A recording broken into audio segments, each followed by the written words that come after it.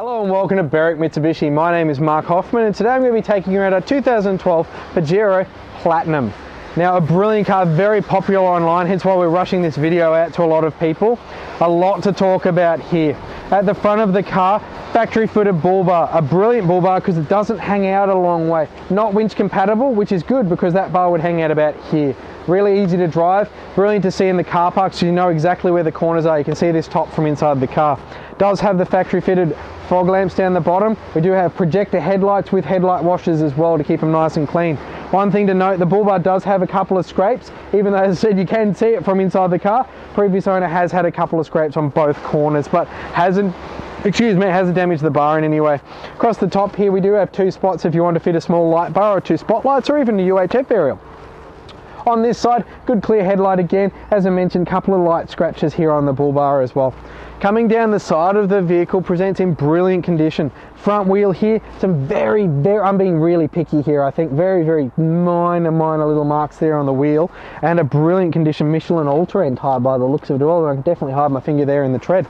Coming back a little bit further, you'll see brilliant condition. I'm struggling to find many marks. I mean, the car does have a few kilometres on it, so you're going to have a few. Little one here, couple of minor ones here, and a few above the door lock there. Someone might have missed with the key by the looks of it. Running board in good condition. A tiny little mark underneath it though. Coming down the side of the car, does have privacy glass for the back, quite dark. Doesn't have tint on the front windows. I'd probably suggest evening them up.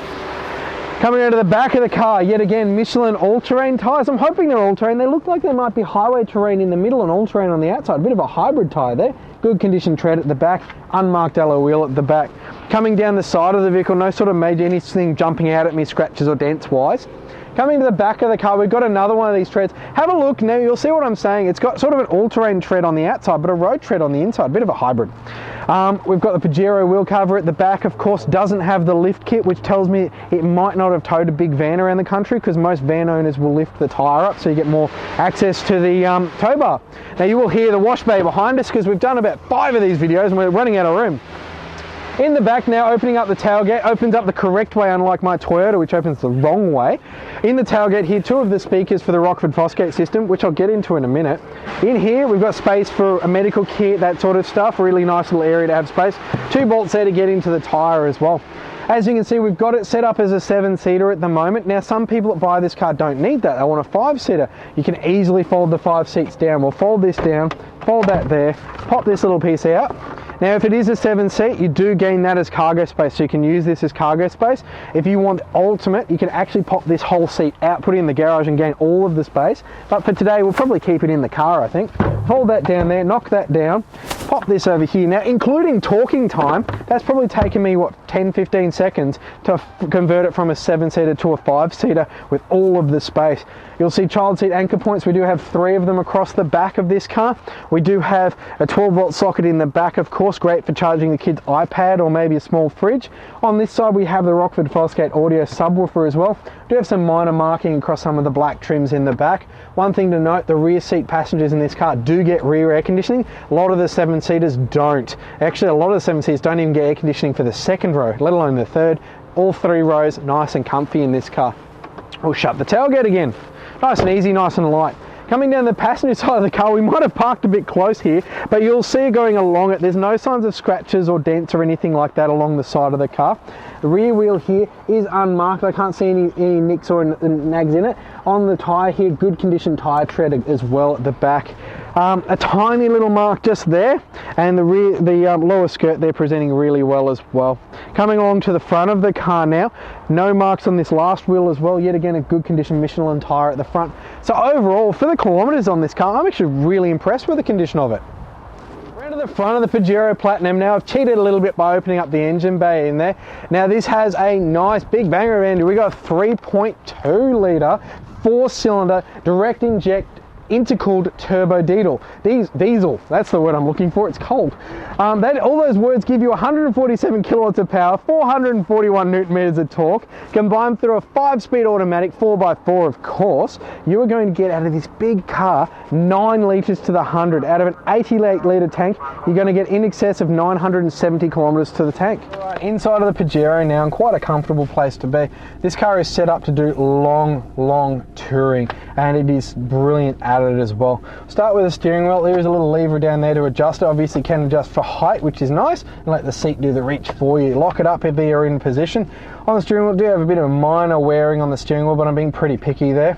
Right hand side, cruise control. Down the bottom, Bluetooth phone and voice control. Left side, we have our volume controls there. In the center there, we've got the speedo, currently showing 170,000 kilometers, 270. 110, bang in the middle. Do have the four-wheel drive meter there in the middle as well, showing you which mode you're in, which is nice, and an easy read tachometer with gear indicator on the right. Turn the steering wheel now. Automatic headlights, don't know why they're off, just set them to automatic and leave it be. Only time you'd really change that is if it's raining, you might turn your headlights on, but automatic will generally handle it. If you go through some mud, you do have the headlight washers as well, which are quite nifty to use. Right hand side, we've got our big power mirrors. As you can see, they do fold in, which is nice. Little trick, a lot of people don't know it, with the Pajero, lock 3 times on the remote, we'll fold them in. Unlock 3 times, we'll open them up. Great for a city car park. Adjust the mirrors there as well as need. Front and rear fog light, great for use in the snow. We do have a tiny bit of scratching just here. I'm being brutally picky on this car, I don't know why. 4-door power windows, of course. We do have the window lock and the door lock if you're driving through one of the bad suburbs, but we'll unlock it because Berwick is a brilliant place to be. Over to the center and we'll go up a little bit, Lynn.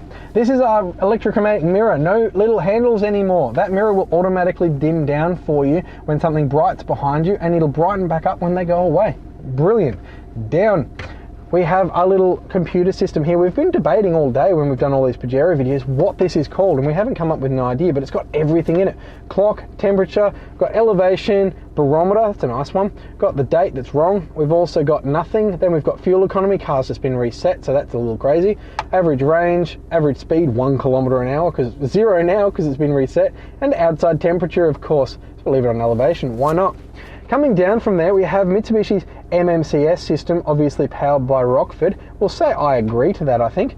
Wow, that is zoomed out. Let's just zoom in, shall we? Can it? Will it let me? Will it let me? While it catches up, it does show our location here in Berwick. Actually, a good overview in the southeast suburbs. Any further out and you're in paddocks. What we can do here is hit the little audio button there. Audio is off, that's very useful. Thank you, Mr. Radio. You do have AM, FM, and of course auxiliary in as well for this car. Coming down, we have our climate control system here. You can go full auto or you can set temperature and fan. Of course, you do have rear, as I mentioned before. Down from there, I'll move the shifter out of the way. We've got a little nook here that's very Japanese. We've got a room there for, I don't know, cigarettes, I suppose. I'm not really sure if you should do that in a car. And a business card holder. That's why I said very Japanese. A bit interesting there.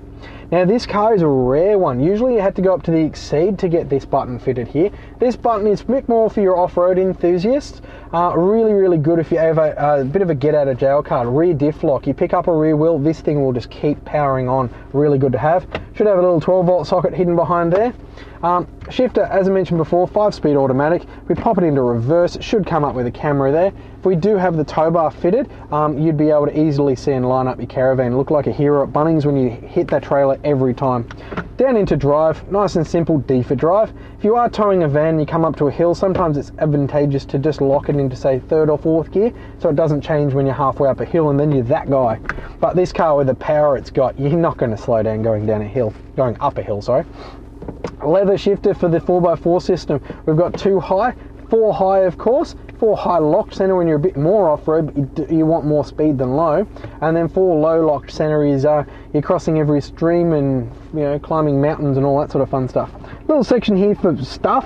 Back there, cup holders. We've got 3 buttons on the center console, nice condition actually. Slide that forward, you've got a good armrest as well. Slide it back, hit the left one.